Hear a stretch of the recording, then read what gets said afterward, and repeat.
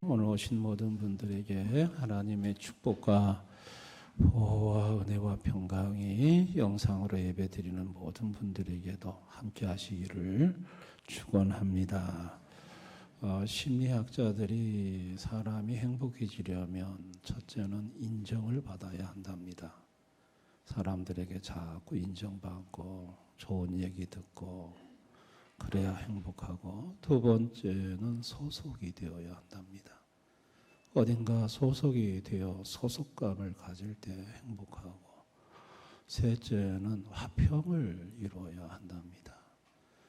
인정도 받고 소속은 됐지만 그 사람이 있는 곳에서 화평하지 못하면 그 사람은 행복할 수가 없는 것이지요.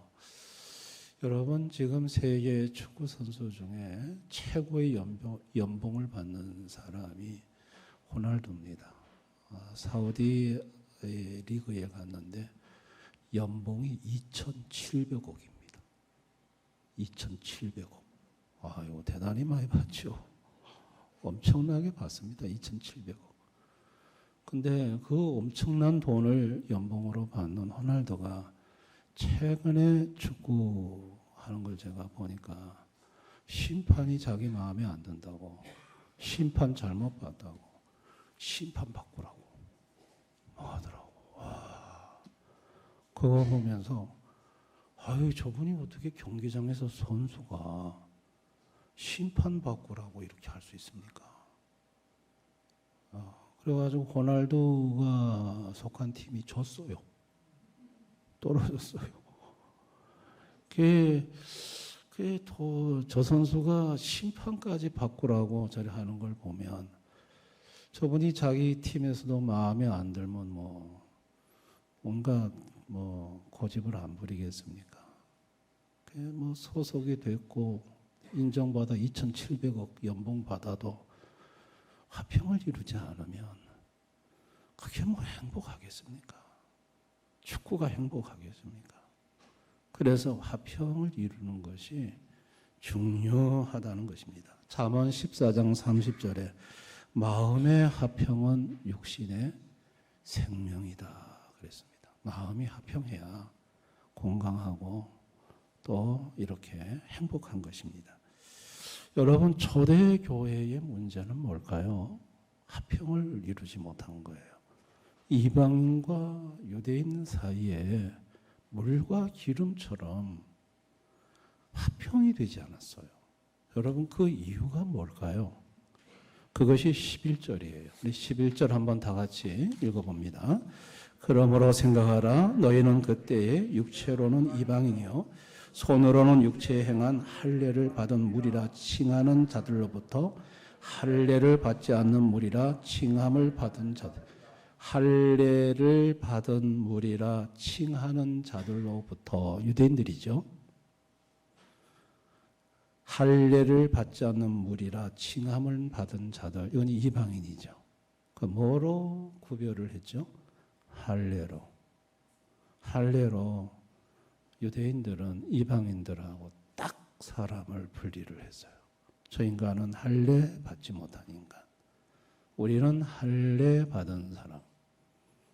그러니까 할례가 선민의 기준이고 유대인들의 프라이버시고, 하나님이 자기들만 축복했다라는 증표고, 할례 받지 못한 인간들은 전부 개고 개 같은 인간들이고, 같이 앉아서 밥 먹을 가치도 없고 상종할 가치도 없고, 할례가 있냐 없냐, 이게 이제 중요한 거예요. 할례 가지고 사람을 판단하고 정죄하고. 그래서 이게 참 초대교회가 이게 화평이 이루는데 이게 할례가 딱 걸려가지고, 이 할례가 이게 안 되니까 화평을 이루지 못하는 거예요.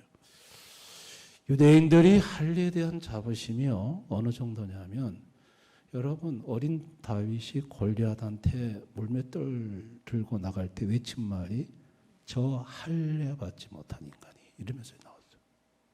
야, 할례가 그만큼 대단한 프라이버시였다는 거죠. 여러분 사도 바울이 3차 세계 전도 여행을 마치고요. 그 예루살렘 성전에서 이제 유대인들 앞에서 설교를 했어요. 아마 아시아에서 온 유대인들이 바울을 모함했잖아요. 그래서 바울이 간증을 하는데 유대인들이 잘 들었어요. 그런데 어떤 말이 뒤집어졌냐면 하나님이 나를 이방인한테 보냈다. 할례 받지 못한 인간들한테 보냈다. 그 말에 그만 다들 유대인들이 뒤집어져 가지고 저놈은 살려둘 놈이 아니다면서 바울을 때려 죽이려고 하는 거 봐요. 야, 유대인들은요. 이 할례가 이게 너무너무 자기들한테는 중요한 거였고요. 할례 받지 않는 인간하고는 상종도 안 하고요. 화평 자체가 불가했어요. 여러분 이렇게 자신에게 어떤 기준을 가지고 선긋기를 하기 시작하면 절대 화평을 이룰 수 없습니다. 사람들은 다 이 타락한 죄성을 가지고 있어서 맹목적 이기심, 자기 사랑으로 뭔가를 하나 붙잡고 그 기준의 잣대를 가지고 다른 사람과 선긋기하고 나는 너와 다른 특별한 존재라는 거, 나는 너와 조금 다르다는 거, 그런 것을 가지고 그 사람을 무시하고 자기는 우월감을 느끼고 이렇게 하면서 화평을 이루지 못하는 그런 죄성을 가진 인간의 타락한 모습이 있습니다. 여러분 혼수 안에 왔다고 또 혼수라는 기준을 가지고 또 며느리를 사정없이 휘어잡는 집안이 천하다고, 집안이 별 볼 일 없다고, 그렇죠? 뭐 이런 기준 가지고 사람을 호되게 몰아붙이는 그런 게 있잖아요. 교회 안에도 있잖아요. 목사 자녀, 장로 자녀. 여러분, 제가 서문교회에 있을 때 목사님들, 부목사님들이 거기 7분 있잖아요. 그 목사님들이 많았어요. 성골과 진골이 있다더라고. 나가서 그게 뭔 말이냐 하니까 아버지가 목사인 사람은 성골이고 아버지가 장로인 사람은 진골이다 그러대. 저는 아무것도 아니래. 이야, 여러분 뭐 농담으로 한 거겠지만 그런 거 가지고 사람을 선긋기를 한다면 그건 또 아니죠. 그렇죠? 그러니까 사람에게 죄로 타락한 죄성이 그렇게 한단 말이죠. 그렇게 뭔가 하나 기준점이 있으면 그거 가지고 선긋기하고 사람을 차별하고 그리고 우월감을 느끼고 그리고 거기서 행복감을 느끼려고 하는 죄성이 인간에게 있는 것이죠. 근데 여러분 이런 초대 교회 안에 있는 이 할례라는 넘지 못하는 이 벽을 어떻게 그러면 넘게 했느냐. 딱 하나밖에 없다는 거예요. 그게 13절 15절이에요. 우리 13절 15절 다 같이 읽어봅니다. 시작. 이제는 전에 멀리 있던 너희가 그리스도 예수 안에서 그리스도의 피로 가까워졌느니라. 그는 우리의 화평이신지라. 돌로 하나를 만드사 원수된 것 곧 중간에 막힌 담을 자기 육체로 하시고 법정으로 된 계명의 율법을 폐하셨으니 이는 이 둘로 자기 안에서 한 세 사람을 지어 화평하게 하시고. 예수의 피밖에 없었다. 예수의 피. 그리고 예수의 피가 어떤 역할을 하느냐. 여기 보면 법조문으로 된 계명의 율법을 폐하셨으니 이는 이 둘로 자기 안에서 한 세 사람을 지어 화평하게 하시고. 법조문으로 된 율법, 그게 할례지요. 딱 갈라. 이방인과 가른 거. 근데 그걸 어떻게 표하셨느냐? 자, 로마서 2장 28절, 29절 한번 다 같이 읽어볼까요? 시작. 무릇 표면적 유대인이 유대인이 아니요 표면적 육신의 할례가 할례가 아니니라. 오직 이면적 유대인이 유대인이며 할례는 마음에 할지니 영에 있고 율법 조문에 있지 아니한 것이라. 그 칭찬이 사람에게서가 아니요 다만 하나님. 할례는 어디 한다? 육체 하는 게 아니고 이제 예수가 오신 이후에는 할례를 마음에 한다는 거예요. 할례를 영으로 한다. 이 말이 뭔 말이죠? 예수의 피로 성령 받고 중생하고 거듭나고 그게 할례다 이거예요. 아멘입니까?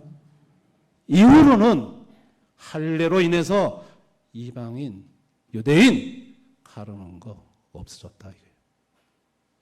그 얘기를 하는 거예요. 결국은 예수님이 화평이죠. 예수님은 하나님과 사람 사이의 화평이에요. 자, 16절 다 같이 읽어봅니다. 시작. 또 십자가로 이 둘을 한 몸으로 하나님과 화목하게 하리입니다. 원수된 것을 십자가로 소멸하시고 하나님과 우리는 원수죠. 죄로. 근데 그것을 십자가로. 십자가에서 예수님 못 박혀 죽으셨죠. 이걸 신학적으로 하나님의 정의를 만족시켜 주셨다. 하나님은 정의 하나님이시거든요. 근데 그 정의를 만족시키고 하나님의 분노를 누그러뜨리셨다. 누가?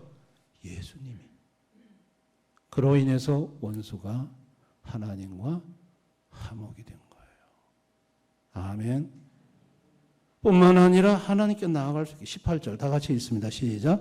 이는 저로 말미암아 우리들이 한 성령 안에서 아버지께 나아감을 얻게 하려 하심이라. 기도죠. 이제 기도의 문이 열린 거예요. 하나님께 나아갈 수 있게 된 거예요. 하나님과 교제가 회복이 됐고 하나님께 나아가 기도할 수 있게 되었죠. 또 예수님은 사람과 사람 사이 화평이에요. 자, 14절 15절 다 같이 읽어봅니다. 시작. 그는 우리의 화평이신지라 둘로 하나를 만드사 원수된 것 곧 중간에 막힌 담을 자기 육체로 오시고 법조문으로 된 계명의 율법을 폐하셨으니 이는 이 둘로 자기 안에서 한 세 사람을 지어 화평하게 하시고 이 둘로 유대인과 이방인 이 둘을 예수 안에서 한 세 사람을 지어 화평하게 하시고 한 세 사람을 지어 이 말은 성령으로 거듭나게 하사 완전히 새롭게 창조하사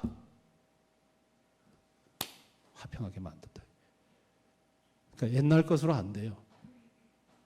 그러니까 성령 받아가지고 거듭나서 아주 새로운 피조물이 돼버리면 이제 진정으로 하나가 화평이 되는 거예요. 또 예수님은 자신과 화평을 이루게 여러분 세상에서 가장 화평을 이루기 힘든 것은 자기 자신이에요. 자기 자신을 사랑하고 자기 자신을 용서한다는 게 어려워요. 그 어떤 사람은 자기를 막 비난하고 학대합니다. 이런 사람이 있어요. 그런데 예수님이 내 같은 못난 인간을 사랑하시고 내 때문에 십자가에 죽으셨다는 예수의 사랑을 알게 되면 비로소 자기 자신과도 화평을 이루게 되는 거예요. 자, 여러분, 하나님과 인간 사이의 화평, 사람과 사람의 화평, 자기 자신과의 화평, 그것은 오직 예수님이에요. 아멘입니까? 예수님이 안 들어오면 절대로 그 어떤 화평도 이루어지지 않습니다. 이거 아셔야 됩니다. 예수님이 안 들어오면 예수님 화평의 사자로 오셨죠. 근데 예수님을 끝까지 안 받아들이고 거절했던 사람들. 이 사람들은 하나님과도 화평 이루지 못했고 사람과도 화평 이루지 못했고 자기 자신과도 화평을 이루지 못했어요. 근데 여러분 그 당시에 여리고의 삭개오 세리장 여러분 이 사람은요 하나님과의도 관계도 깨졌고 사람들하고도 관계도 깨졌고 자기도 자기가 마음에 안 들어. 돈은 많지만 다 깨진 사람이에요. 그런데 예수님을 자기 집으로 모셨어. 예수님 모시고 나니까 삭개오는 하나님과의 관계가 확 열렸어요. 하나님과의 화평이 이루어졌죠. 남에게 도생한 거 사업에 갖겠다 하면서 사람과의 관계도 회복이 됐죠. 예? 자기 자신도 마음에 안 들었는데 비로소 자기 자신을 사랑하는 사람이 되죠. 뭐 때문에? 예수 한 분 때문에 다 회복이 된 겁니다. 아멘. 그러니까 화평은요, 예수님이에요. 다른 게 화평이 아니에요. 뭐 이렇게 하면 화평이 될까? 저렇게 하면 화평이 될까? 내가 하나님 앞에 뭐 이렇게 잘 보이면 화평이 될까? 또 내 마음을 뭐 마인드 컨트롤해서 좀 다스려 보면 화평이 될까? 아니, 성경이 말하는 화평은 딱 하나, 예수라, 예수. 예수 한 분만 제대로 마음속에 모시면 화평이 다 사방팔방 화평이 다 이루어진다는 거예요. 믿으시기 바랍니다. 하나님 아버지가 화평을 이루는 도구로 다른 걸 준 게 아니에요. 상담사를 보내는 것도 아니고 오로지 아들 예수를 보내서 모든 화평을 예수를 통해서 이루어내셨어요. 초대교회 성도들이요, 이 유대인과 이방인은 할 대로 도무지 이거는 설득도 안 되고 도무지 안 됐어요. 그런데 예수의 피로 성령 받고 거듭나고 새 사람 되니까 절로 화평이 돼버렸어. 절로 화평이 돼버렸어. 절로 화평이 돼버렸어. 그로부터 어떤 일이 벌어지냐면 유대인들이 유대인들에게 서로 이질감을 느껴요. 예수 영접하지 않는 유대인들에게 예수 영접한 사람들은 오히려 그 사람들이 더 이상해. 여러분, 예수 안에서 화평을 이루게 되면 예수 밖에 있는 사람들과의 관계가 오히려 더 어색해지고 이상해집니다. 아멘.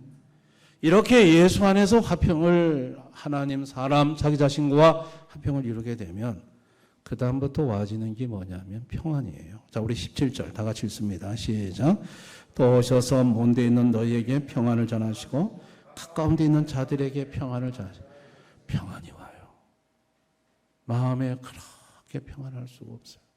마음에 평안이 오고, 그리고 기도가 열리죠. 18절 다시 한번 읽습니다. 시작.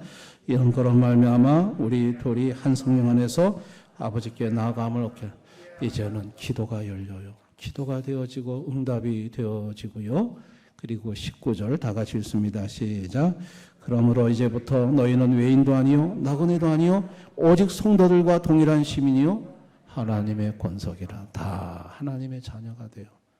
유대인도 하나님의 자녀, 이방인도 하나님의 자녀, 우리 모두 다 하나님의 자녀. 이래 되는 것입니다. 아멘.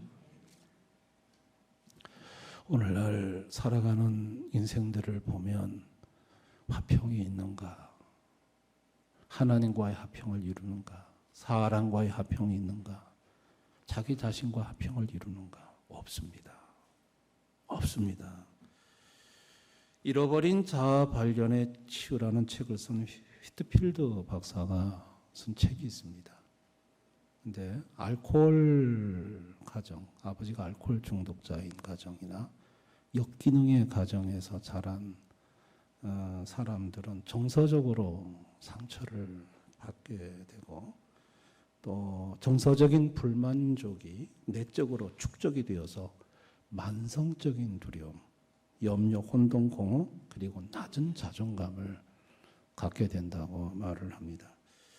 그래서 낮은 자존감 때문에 자기 존재 가치를 부정하게 되고요.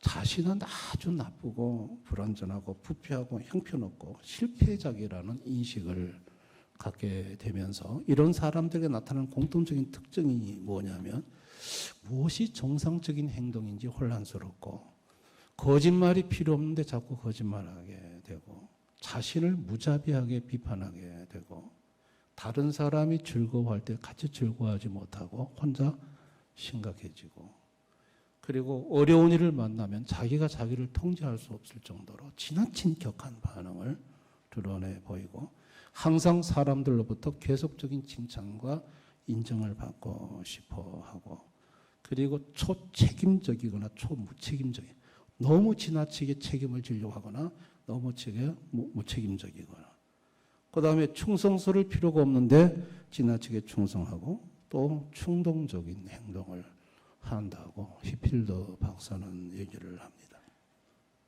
여러분, 이런 요소가 건강한 가정에서 자라지 못한 사람들에게 있을 수 있다는 것입니다. 근데 이런 것이 성도들에게도 있을 수 있습니다. 이걸 어떻게 회복하냐는 거죠. 이걸 어떻게 회복하냐는 거예요. 이걸 회복하는 것은 화평이신 예수님뿐입니다. 아멘. 예수님이 그 마음속에 깊이 들어오면 하나님과 화평이 되고 사람과의 화평이 되고 자기 자신과의 화평을 이루게 됩니다. 믿으시기 바랍니다. 우리가 지난주 토요일 날 중고등부 우리 찬양 집회 때 오셨던 장광우 목사님이 계셨어요. 그때 여러분들 오셔서 그 장광우 목사님 간증 우리가 들으면서 참 힙합이라는 참 저도 처음 봤는데 찬양을 저렇게도 댄스로 할 수 있구나. 신선한 문화 충격이었어요. 기독교 문화 충격이었어요. 그리고 하나님이 또 저렇게도 귀하게 쓰시는구나. 여러분, 그 장광호 목사님이 아버지가 건달이었다잖아요. 건달. 그래서 한번 자기들 두드려 패면 12시간 팬다잖아요. 아버지가 그냥 화가 나서 또 그 화를 삼켜가지고 자기를 두드려 패면 그 아버지한테 매를 맞고 자라난 이 장광호 목사, 어린 시절 그 하수구에 숨어서 쪼그려가지고 무서운 아버지를 피해 벌벌 떨렸던 그런 어린 시절, 그 얘기를 그날 하잖아요. 그런데 다 막혔잖아요. 하나님도 막히고 사람도 막히고 자기 자신도 사랑할 수가 없고, 그래서 자기는 내일이 없었대잖아요. 그래서 오토바이 폭주족도 달리다가 죽으면 그것은 끝이에요. 살아야 될 이유가 없었다잖아요. 그런데 군대 갔을 때 교회에 갔더니 그때 예수님이 광우야, 너에 대한 다른 계획이 나에게 있다. 주님이 자기에게 말씀해 오셨고 예수님이 자기에게 다가오셨고, 여러분 그때부터 그분의 인생이 하나님과의 관계가 회복이 되고, 그리고 자기가 잘하는 거는 춤밖에 없어서 이 춤으로 하나님께 영광을 돌려야 되겠다. 사람과의 다친 관계도 열어지고, 그리고 마지막에는 자기 자신도 용서하고 사랑하게 되었노라고. 그래서 이제는 많은 상처받은 엮이는 가정 속에서 자란 청소년들을 자기가 지금 돌봐주고 사역하고 있노라고. 그 장광호 목사님의 간증 속에서 그 장광호 목사님의 하나님과의 화평, 사람과의 화평, 자기 자신과의 화평을 이룬 것은 딱 한 분, 예수님이셨다는 거예요. 아멘. 그러니까 예수님이 화평이시라는 거예요. 믿으시기를 바랍니다. 그러니까 이 하나님과 사람과 자기 자신과의 어느 하나는 화평이 되고 나머지 두 개는 안 되고, 이게 아니에요. 예수님 한 분으로 말미암아 이게 되면 다 되고 안 되면 다 안 되는 거예요. 믿으시기 바랍니다. 어느 하나라도 내가 지금 걸려 있다면, 내가 사람과의 관계에 있어서 뭔가 자꾸 이게 걸려 있고 나 자신에 대해서도 걸려 있다면 사실 하나님하고도 뭔가 하나 걸려 있는 거예요. 이게 되면 다 되고 안 되면 다 안 돼요. 예수님 한 분으로 말미암아서 화평은 동시에 다 이루어지는 거예요. 믿으시기를 바랍니다. 한신교회 이중표 목사님이 쓴 나는 매일 죽노란 책이 있어요. 여러분, 한신교회 이중표 목사님은 돌아가셨죠. 근데 기장인데도 그 목사님은 상당히 복음적인 목사님이셨어요. 복음적인 목사님이셨어요.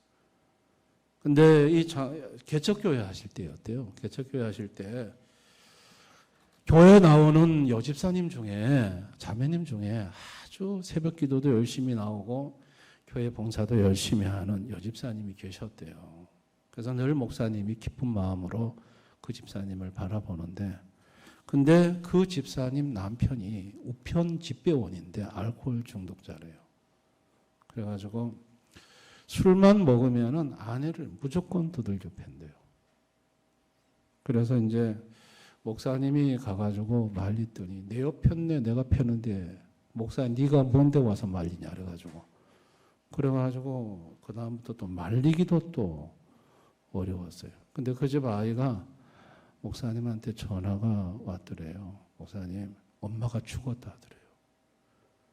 그래가지고 집으로 달려가 봤더니 술 먹은 남편이 그 목침 있잖아요. 목침으로 아내 머리를 때려가지고 기절을 해서 피를 흘리고 마당에 쓰러져 있더라는 거예요. 그래서 목사님이 그 집사를 업고 병원으로 뛰대요. 가서 그러면서 결심을 했대요. 그 병원에 가서 이제 다시 회복을 했는데, 내가 저 남편한테 매를 맞는 한이 있더라도 저 남편 예수를 꼭 믿게 만들어야 되겠다. 그리고 이제 또 술을 안 먹으면 멀쩡하다네. 알코올 중독자들은 술만 먹으면 개차반인데 술을 안 먹으면 또 멀쩡하다네. 그래서 술 안 먹었을 때 가가지고 수요일 날, 자, 교회 갑시다. 그랬더니, 예, 가지요. 술 안 먹으면 양반이라. 그래가지고 목사님이 밖에 기다렸대요. 목사님 먼저 가시지요. 뒤따라 가겠습니다. 아니요, 오늘은 같이 갑니다. 그랬더니, 화장실 가겠습니다. 화장실 가서 안 나오더래. 10분이 지나도 안 나오고, 20분이 지나도 안 나오고, 초종이 옛날에는 30분 전에 총 치고 30분에 예배드 초종 땡그랑 치는데, 야, 그래서 또 기다렸대. 30분째 되는 애 화장실에 앉아 있지만 문 열고 아이고 지독하시다면서 아직까지도 안 가셨다면서. 그래서 그 손을 잡고 교회 와가지고 유단자들 옆에 운동하는 유단자를 옆에다가 딱 둘 앉혀놓고 딱 앉혀놓고. 그날 목사님이 설교 온 거 다 엎어버리고 그 사람을 위해서 눈물 어린 설교를 했대요. 인생이 한 번 살면 끝나는데 아내를 귀하게 여겨야지. 아내를 술 먹고 그대 두들기 패면 되나? 막 하면서 그날 목사님이 막 그냥 마음에 감동이 되는 대로 설교를 막 했는데, 나중에 가까이 가서 보니까 울고 있더래요. 그러니만 목사님, 제가 이제부터 교회종 제가 치겠습니다. 그러더만 예수를 그분이 영접하고 교회종을 치고 예수님을 진짜 영접을 했어. 예수님이 그 속에 쑥 들어가니까 술 끊고 하나님과 화평. 그리고 목사님한테 내 아내가 왜 이렇게 저렇게 예뻐 보이는지 모르겠다면서. 아내가 너무 예쁘다는 거야. 너무 예쁘다는 거야. 만날 술 먹고 아내 두들겨 패던 사람이 아내가 너무 예쁘다. 아내하고도 화평. 또 자기 자신과도 화평. 여러분, 무엇을 말해주는 겁니까? 진정한 화평은 예수님이라는 거예요. 믿으시기 바랍니다. 그러니까 우리가 사람에게 걸려있든 나 자신에게 걸려있든 하나님에게 걸려있든 우리가 집중해야 될 건 뭐냐는 거예요. 우리가 집중해야 될 게 뭐냐? 우리가 찾아야 될 건 뭐냐는 거예요. 화평이신 예수님인 거예요. 아멘. 예수님 그 한 분만 내 속에 들어오면, 그 한 분만 제대로 내가 붙잡으면 화평은 전부 다 해결된다는 거예요. 믿으시기 바랍니다. 이게 성경이 오늘 에베소서가 우리에게 말씀하는 거예요. 예수님이 화평이시다. 예수님이 화평이시다. 믿으시기를 바랍니다. 예수님이 얼마나 큰 축복입니까? 예수님이 얼마나 큰 축복입니까? 김진홍 목사님이 그 얘기를 하시더라고요. 자기는 그분이 경북대 철학과 졸업했죠.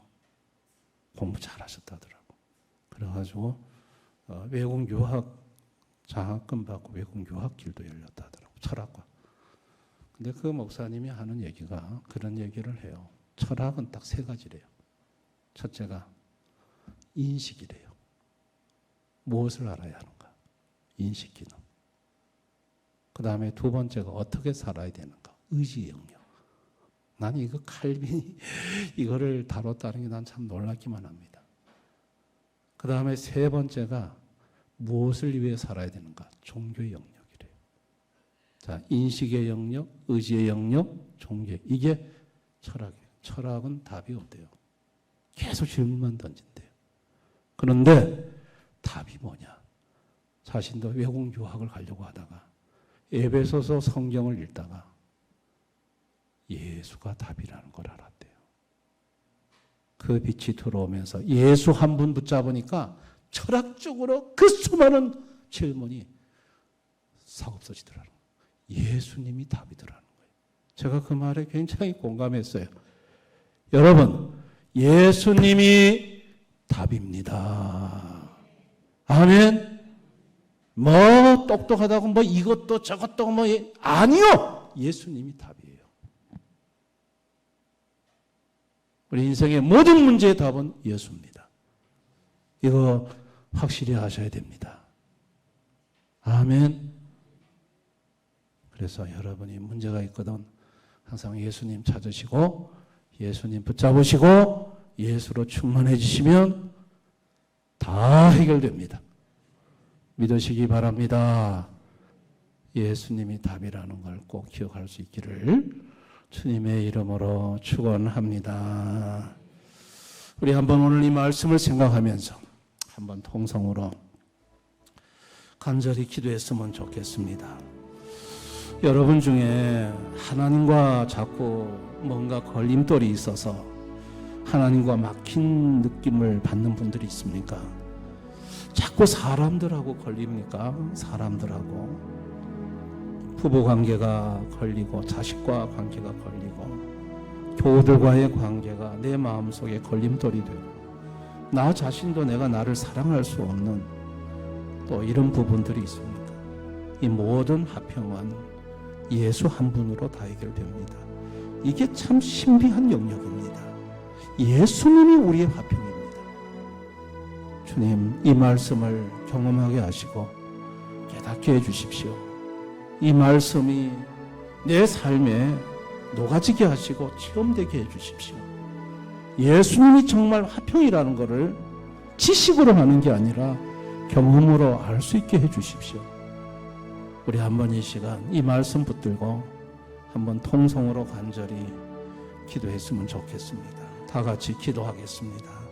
아버지 하나님, 아버지 하나님,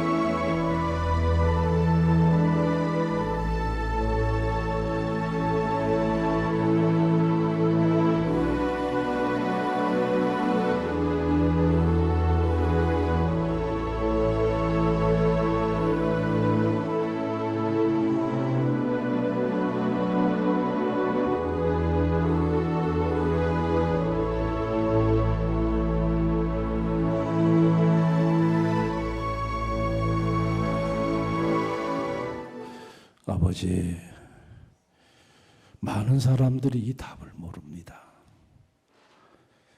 화평하려고 하면 내가 뭔가 노력을 해야 되고 힘써야 되고, 그런데 성경은 예수님이 너희의 화평이라고, 하나님과 너와의 화평, 너와 사람과의 화평, 너 자신과의 화평은 바로 예수 그리스도라고 말씀하고 있습니다.